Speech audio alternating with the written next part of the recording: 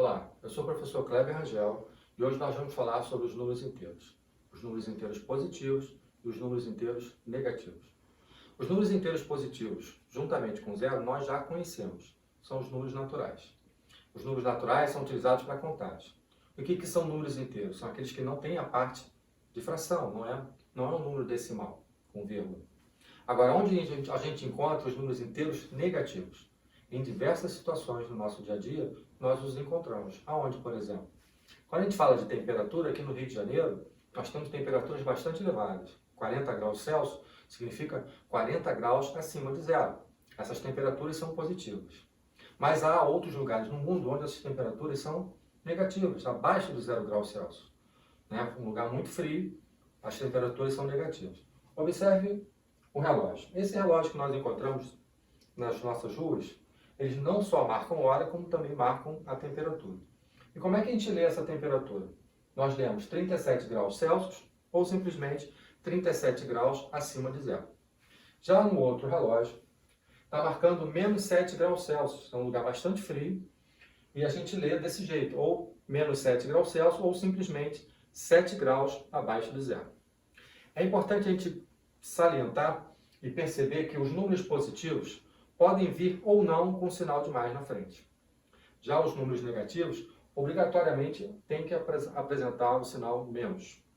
Já o zero não é um número nem positivo e nem negativo, é um número neutro. Uma outra situação onde nós encontramos os números inteiros é quando a gente fala em altitude. A referência zero, 0 metros, significa o nível do mar. Então, o nível do mar significa 0 metros.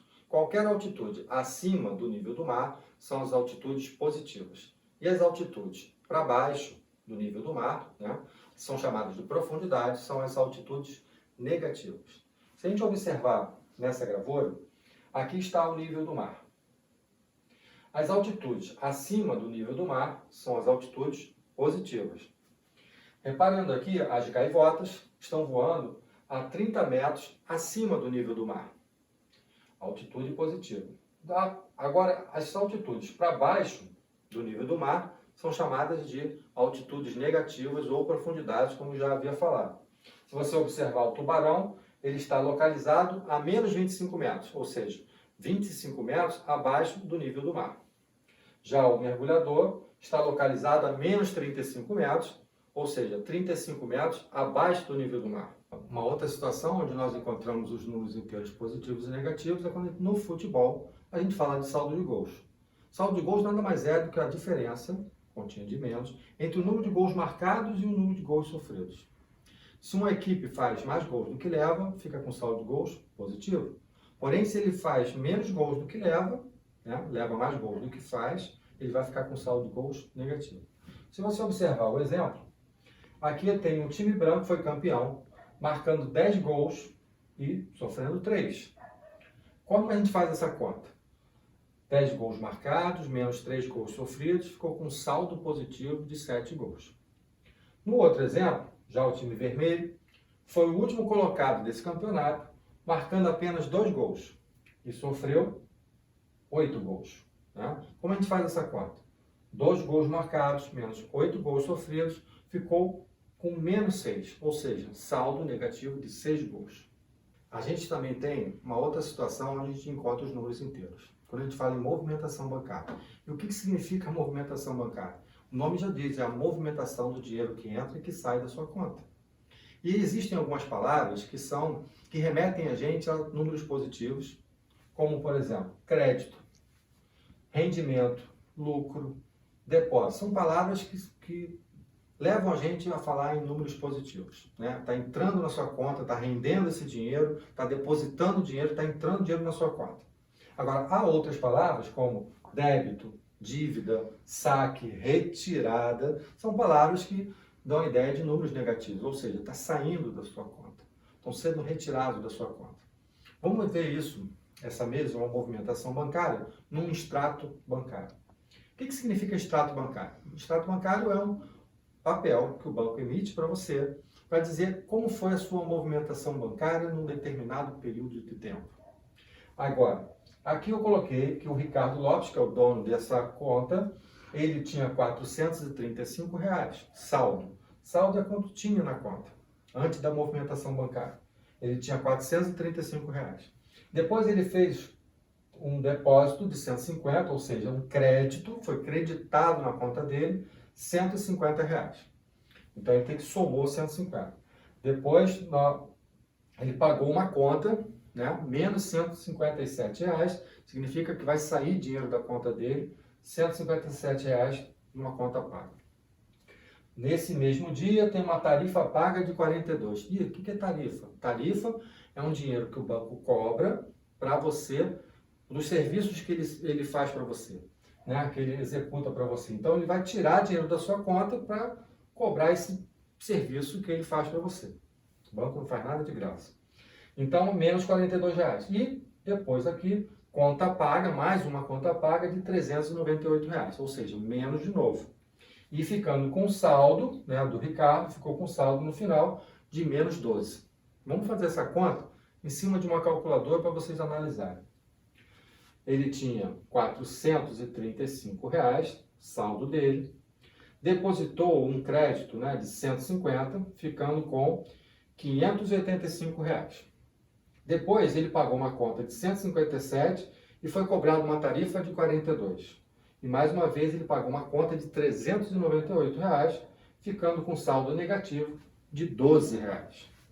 Bom, já aprendemos um pouco sobre os números inteiros, agora a gente vai aprender a localizar esses números sobre uma reta numérica. A primeira coisa que nós fazemos é desenharmos uma reta. Depois nós escolhemos um ponto dessa reta para botar o zero, que é a origem, né? A origem do quê? Dos números inteiros que serão colocados à direita, no sentido positivo, e à esquerda do zero, ou à esquerda da origem, nós temos o sentido negativo. Na real, isso significa o quê? Os números positivos ficarão dispostos à direita do zero e os números negativos estarão dispostos à esquerda do zero, sempre mantendo a mesma unidade entre um número e outro. Bom, a gente falar de sucessor e antecessor, eu tenho que dizer para vocês que sucessor é o número que vem imediatamente depois do número, né? Ou seja, à direita desse número. E antecessor, o que significa antecessor? É o número que vem imediatamente antes desse número, ou seja, à esquerda desse número. Aqui a gente tem alguns exemplos. Nessa reta numérica, a gente vai ver o sucessor do mais um. Observe onde está o mais um. O sucessor vem imediatamente após o mais um, seria o número mais 2. Vamos ver outro exemplo de sucessor. O sucessor de menos 5, a gente localiza o menos 5. O número que vai imediatamente à direita do menos 5, à direita seria o menos 4. Menos 4 é o sucessor de menos 5. Agora, exemplos de antecessor, que vem antes. O antecessor de mais 4, reparem onde está o mais 4, é o número que vem imediatamente antes do mais 4, seria o mais 3. Então, o antecessor de mais 4 é o número mais 3. Outro exemplo de antecessor é o antecessor de menos 2. Localize o menos 2 na reta e veja que o menos 3 é o número que vem imediatamente antes, à esquerda do menos 2. O antecessor de menos 2 é o número menos 3. Agora a gente vai falar sobre módulo ou valor absoluto de um número inteiro. Módulo, na verdade, significa a distância que esse número está da origem. Mas como é que a gente representa isso na matemática? Na matemática, a gente coloca duas barras verticais paralelas e um número no interior. E aí eu peço para calcular o módulo através desse símbolo. Veja bem, o módulo é representado por duas barras verticais paralelas e o número no seu interior. Como é que nós lemos? Módulo D mais 5. Vamos fazer dois exemplos, tá? Quero calcular o módulo de menos 4. Então, eu vejo que a distância do menos 4 até o zero, que é a origem, são 4 unidades.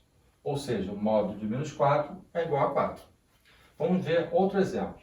Eu quero calcular agora o módulo de mais 3.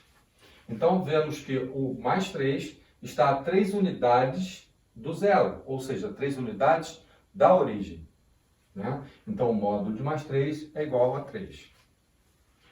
Bom, repare que para determinarmos, né, calcularmos o módulo, é muito fácil.